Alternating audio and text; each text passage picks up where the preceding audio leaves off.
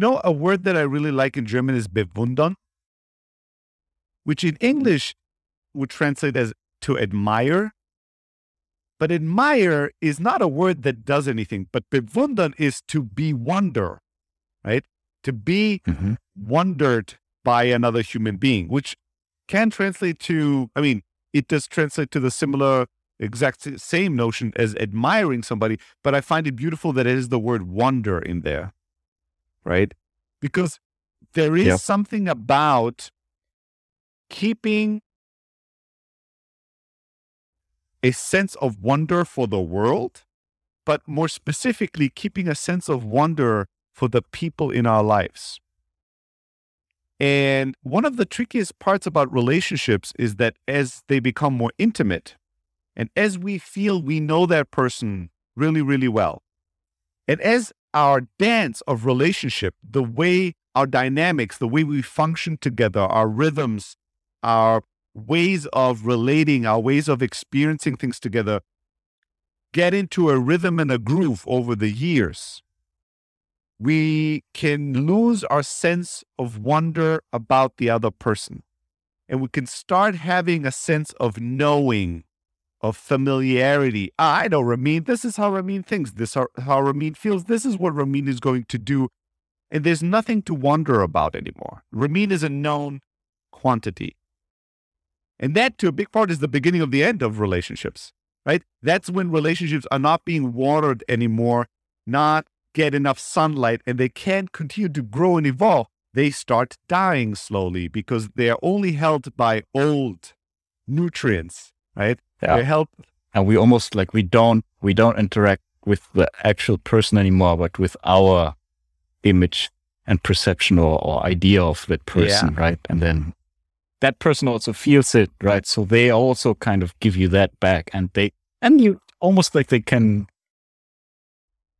have a self-fulfilling prophecy kind of effect, right? It creates a situation where I also am not my whole self anymore, or comfortably changing or showing you new sides of me, because you want to see and already feel familiar and comfortable with a version of me. And I know that you like that version of me, so I'm feeding you that version and I'm hiding other versions away from you, which then makes me feel more and more dead, less and less seen, less and less recognized by you.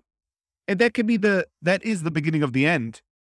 And oftentimes, people that we thought we knew so well, that we thought we knew in and out. In relationships all the time like this, this husband, and he's been married for 20 years, and he knows his wife, she's this way, and she likes that, and she dislikes that. And then she's in an affair with somebody and is a completely different person. And that person that had an affair with her meets the husband. They don't know that they are talking about the same woman, and they could be telling each other, one about his wife, the other one about his affair, and think they talk about completely different women that acted totally different. And there's nothing that would indicate that it's the same woman. What made that happen? How did that magic happen? Now, the husband could think selfishly and in a hurt framework, this terrible woman, this liar, she's deceived me my whole life. Look, with me, she pretended to be one way, and then she goes off with this other man and is a completely different way, and in a much better way than with me, right? Much more exciting way. And the guy that's in an affair with her might selfishly and arrogantly think, look, this stupid husband, he made her this, unhappy, simple, boring person, but I made her flower and make her amazing. And both of them are right and wrong, right? In so many ways. But it goes back to, we can be so many different people, and sometimes we're just comfortable to be a different type of person with a new person in a new environment. Yeah. Regardless, we will live our entire lives as long as we stay open, we will never stop stumbling over new versions of ourselves. We will never stop evolving and changing and rediscovering who we really are, who we are now, or who we are becoming. So if we can keep a sense of wonder about the people in our lives, about our relationships, and keep looking at the people that are closest to us with fresh eyes, with open heart, with curiosity, with, I wonder what else, who else you can be and are and have been. Then we could live our whole life and never get bored with somebody, never get used to somebody, never stop having fun, stop being on our toes and feeling like, oh, I don't know if, this person still enjoys me, or this person still thinks I'm exciting, or wow, I don't know if I like that new version of this person. Like this sense of refreshment, like keeping that relationship really alive and growing and flowing and evolving through decades and decades and decades. But we have relationships that developed for a number of years and then had a very long and steady death. And we've all had that with friendships oftentimes as well, where you had a friendship in your 20s and it was amazing, and you still consider these people friends today, but all that's alive is a memory of decades old. And today there's really not much. And when you meet with these people, you become your 20-year-old version. You become a little bit more like you used to be then, and they become a little bit more like they used to be then. And you reenact an old memory that's comfortable, but nothing about it is really enlivening. It doesn't feel energizing, doesn't feel true. And you don't see them today anymore, maybe because you don't want to.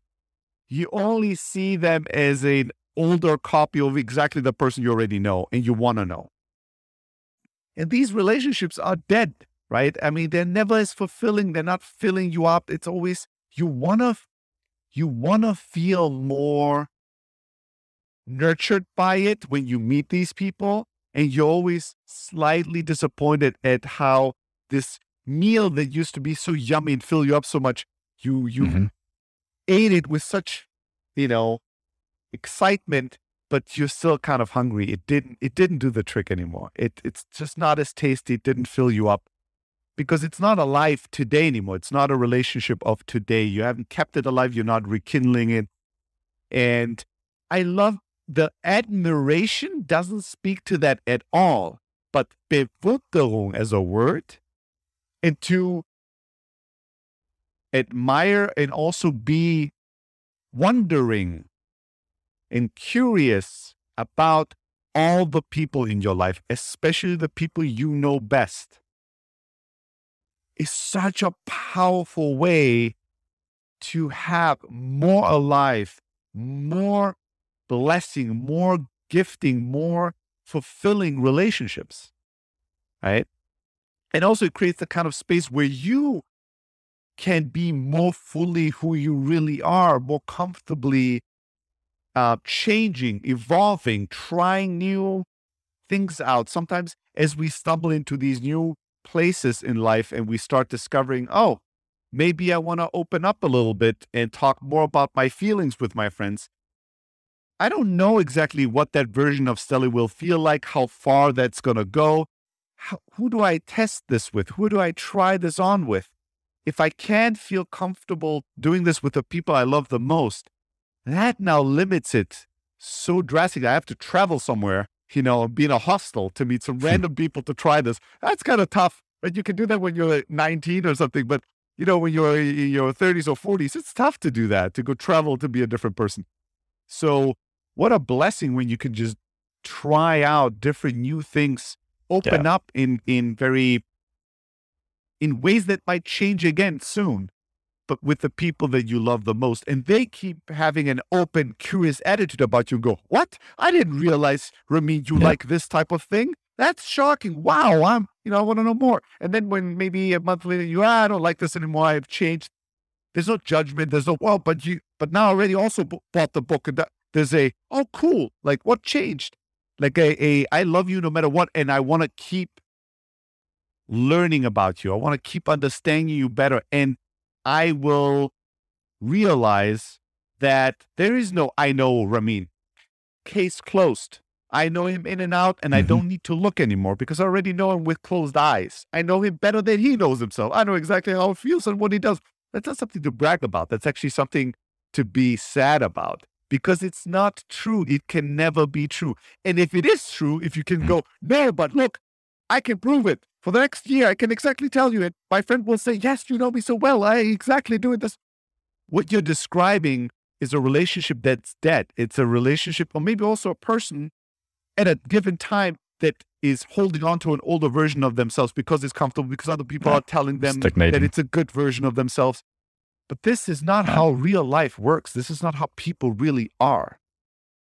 They're not stuck in a version that's finished and just stays the same year over year. That's just never going to happen. I was talking to... It's like a tree that has like the exact same leaves at the exact same time every year. You know? Nope, yeah, it's not going to happen. This is not possible in life. And whenever people go, now I figured it out. I've done a magic mushroom retreat session and I discovered I am not the way I thought I was. I am this totally different way. And now everything makes sense. Oh my God, if people could only also take mushrooms and understand. I found the truth. I found the truth, the final answer. Oh my God. I always go, I have bad news for you. I have good news and bad news. The good news is what you described sounds beautiful, amazing. Just enjoy every little bit of it. What is the bad news? Well, you know, in my experience, this is not the end, my friend. This is a new beginning. And maybe in 1 year, maybe it's 7, you will have another moment where you go, oh my God, I thought back then I knew who I was, but now, and this will never stop. And it's not a tragedy. It's a blessing. Don't think about this. What is more full, more tasty, more stimulating, richer as an experience if somebody told you, you're going to be born and then in year 1, everything about you will be set. Click, click, click, click, click. We'll set the settings. You walk this fast. You move this way. You'll eat this stuff. You like that stuff. And then for the next 40 years, whatever you was that day, you just keep being that and doing that for 40, 60, 90 years. And then you fall over and the battery is empty and you're done. Or every day, almost, you could be something new. Add something, subtract something, evolve, discover, like a beautiful, magical dance that changes colors, that changes forms, that stretches, that contracts. And you'll discover yourself and through yourself the world anew, again and again and again and again. And it's only limited by your ability to jump off the cliff, to open up freely, to say yes, to be curious, to take risk, to fail and make mistakes and evolve and change in ways that you don't like. So you have to move back. But it's unlimited. You could live 1,000 lives in one life if you wanted, or just one life. What would you choose? Right? And that's what it is. And that same thing is true for the people in our lives. Do you want to love one person or love 1,000 people incarnated by one person, or like love one person in 1,000 different ways because you've seen the evolution of 1,000 different versions and lives of this person, and we're there for all of it, not just for the one. What is more, like, what is a longer, richer, crazier life? I mean, it's obvious. So seeing that as a blessing, as an enrichment of the experience of life versus as a tragedy, as a like, no. I need to know who I am, and then I need to know who everybody else is. And these things need to be set in stone, because how can I find certainty in life? How could I ever trust anybody or myself? How can I make plans? How can I say things to people? How can I feel familiar? Like I know this, I know these things. And it's the thing that makes you feel connected and familiar is not going to be the layers of the onion. It's going to be connection to the core of the onion, right? Like when you're connected to the heart of these people, if they evolve in terms of what, they loved beer, but now they're into wine, they now go do a lot of sport, but then they were super into literature, or whatever stuff has changed in their personality. They were very focused career, money, and then they changed and they're like really spirituality, and then they changed into something else over the decades. that doesn't mean that they are a different soul, a different heart. At the core, we all are who we were at birth almost. I keep remembering this, and I see this in my children, and it's something I still have to accept about myself. When we did a sailing trip for a week with my brother for his 40th birthday, and his friends and some childhood friends that I've known, and family members and cousins. One of our, not cousin, he's the son of my my godfather and godmother, but he's like a childhood friend of ours. When he came on the boat, and he hadn't seen 6 of us in decades, right? But he knew all of us from childhood. When he got on the boat and he looked at us all, he sat down and we all had wine and we're chatting and we're laughing and we're having dinner. And at some point he turns around and looks at all of us and is like, motherfuckers, you all think you've grown and changed, and you have families, and you have children and a car and a business and things and gray hair and no hair and tattoos and big, strong and a little fat. But I see you. I see all of you, and you are exactly who you were when you were children. Your spirit, your hearts have not changed at all. I see you. I see you, and it's so clear you have not changed a bit in your heart, in your spirit. You are who you were. And I love you all for it. And there's something true about that. We are born with a certain spirit and heart, and of course we change in many, many little detailed ways, but there's a core that's always going to be there. And if you know what your core is, if your self-knowledge is not reliant on the surface area of your life, I am a business entrepreneurship person that likes Ferraris and does yoga and is a vegan. That's who I am. If that's who you are, you change vegan to something else, and now your world is collapsing. You don't know who this person is anymore. But that's not who you are.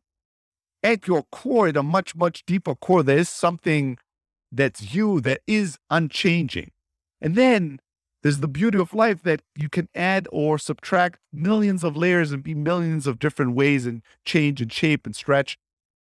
And if you know the core of the people you love and you know your own core, then you're at home. There's your familiarity. You don't need to try to make life predictable, the people predictable, yourself predictable. You can get a little surprised. Of course, it's good to have some consistency and not get schizophrenic, but you are familiar because you're connected to their core. And then it's not threatening when somebody changes something about the surface area of who they are now, or the phase of life they're going through now that might not be going in parallel tracks with your current phase of life. These things are not threatening anymore then.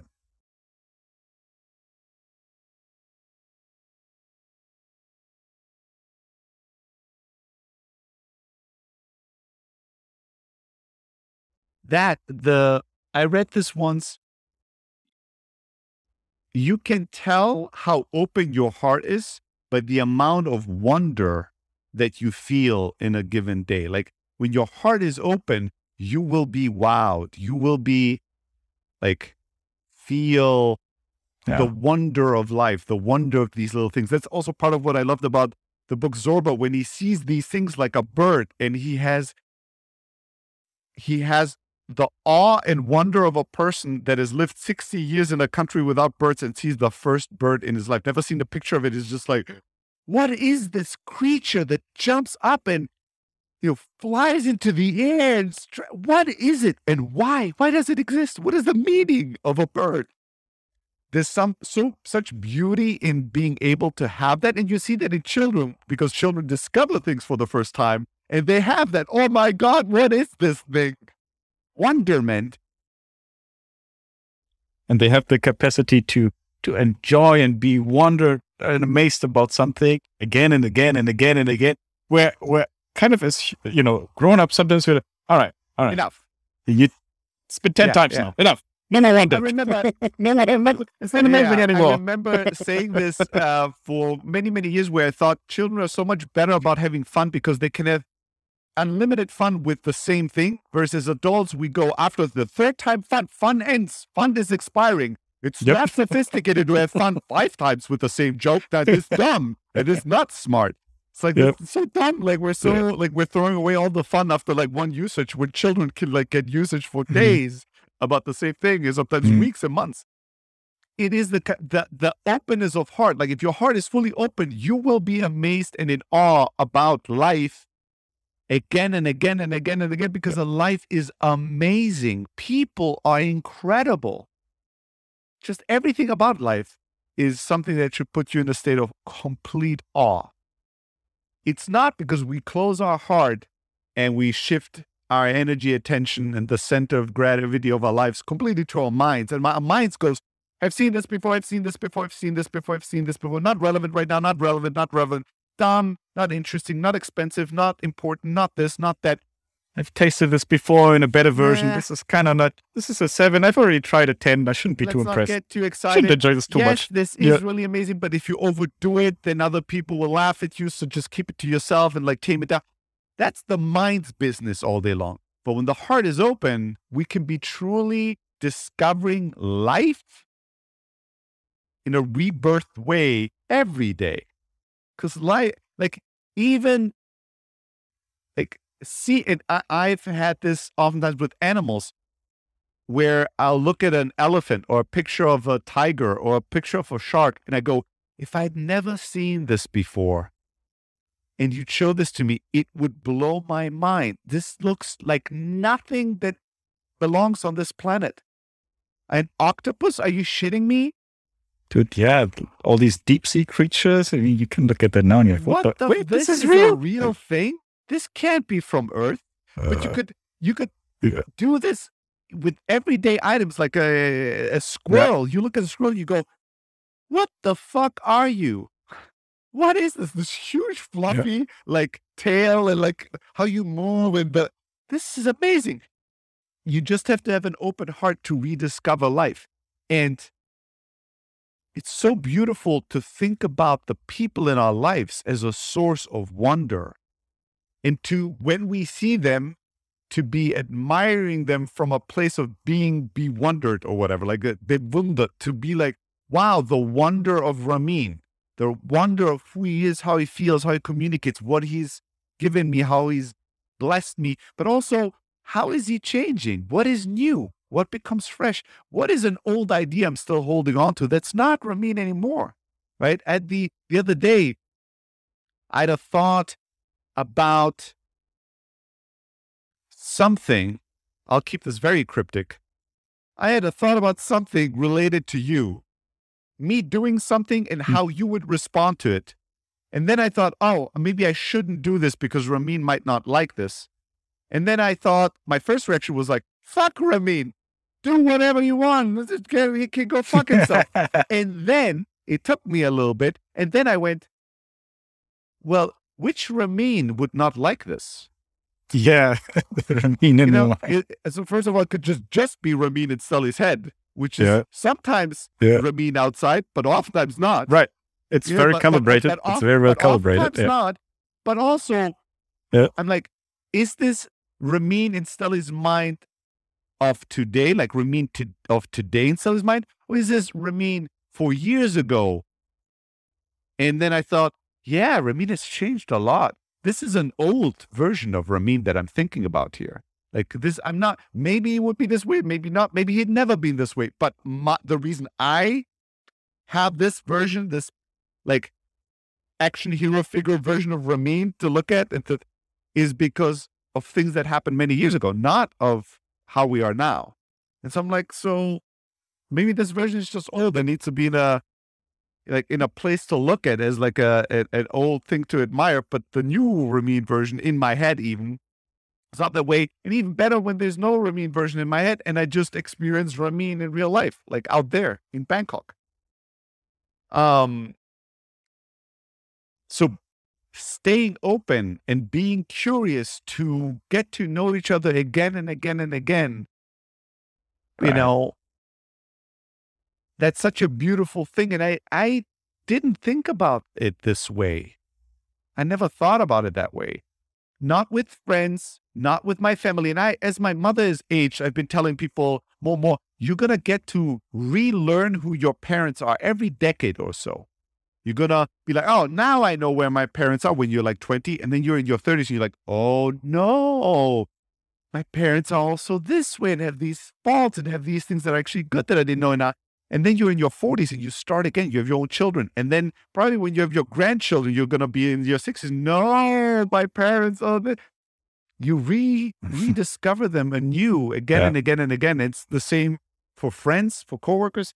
And this is an area where I never thought about this, as your intimate partners. Because we all know one of the deadliest things we all do with our partners is taking them for granted, knowing them, being kind of so comfortable you don't pay attention anymore. You just kind of know who they are and what they feel like, and they kind of know who you are and what you feel like. And you stop being there. You stop being in awe and wonder about discovering this person. And then you go, I don't feel anything anymore. And that person doesn't feel anything anymore. And we feel like total strangers. And what happened? And it's like that step by step by step, we stopped rediscovering each other and really seeing who we are becoming and being, instead of just holding on to the version we got to know for like a year. And if you think about it, when you start dating somebody, you're so curious. You pay attention to everything and you want to know everything, and you're much more open and you're sometimes much more forgiving. And you're just like, I want to know, who is this?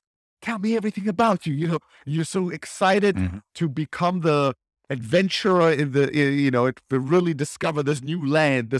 And then and then after year 2, you just don't give a shit about this anymore. You're just like, whatever. I found this under known quantities in my life. Yeah. And it's also so easy to, like, there will be moments where, that person does something that surprises you, like, wow, this is awesome, right? And there will be moments where you're like, yeah, I knew it. Yeah, of course, right?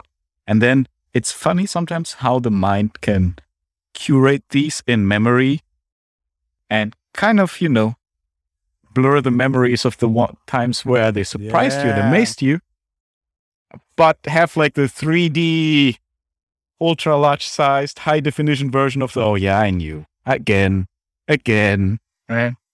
And it's like, so it's interesting. So here's something that I have been noticing for weeks, if not months, about you, but only in this conversation did it fully come into the foreground, and I can encapsulate it in a sentence, a new fact about you that I now can experience much more consciously, which is that so often when I'm rambling about an idea, I run with like a little bit of a picture and I like talk about it in circles and make it bigger and smaller.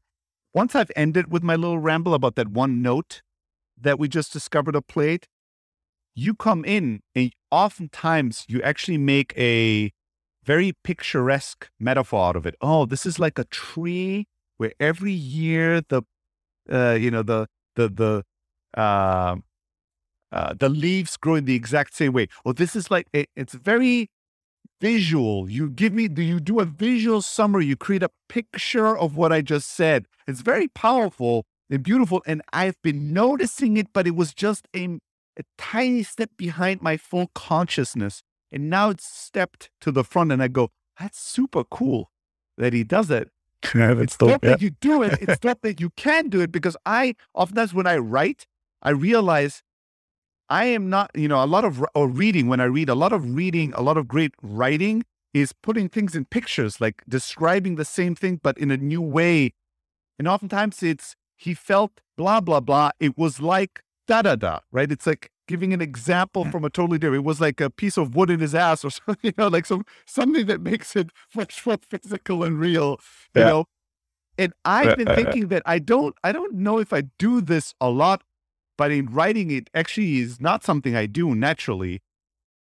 And now I've noticed you do that, like almost, do this so consistently, where I finish my point and you sit there in silence and you go, it's like an eagle who, is flying. And then you say it really beautifully. And I go, yeah, he's right. It is like a da, da, da.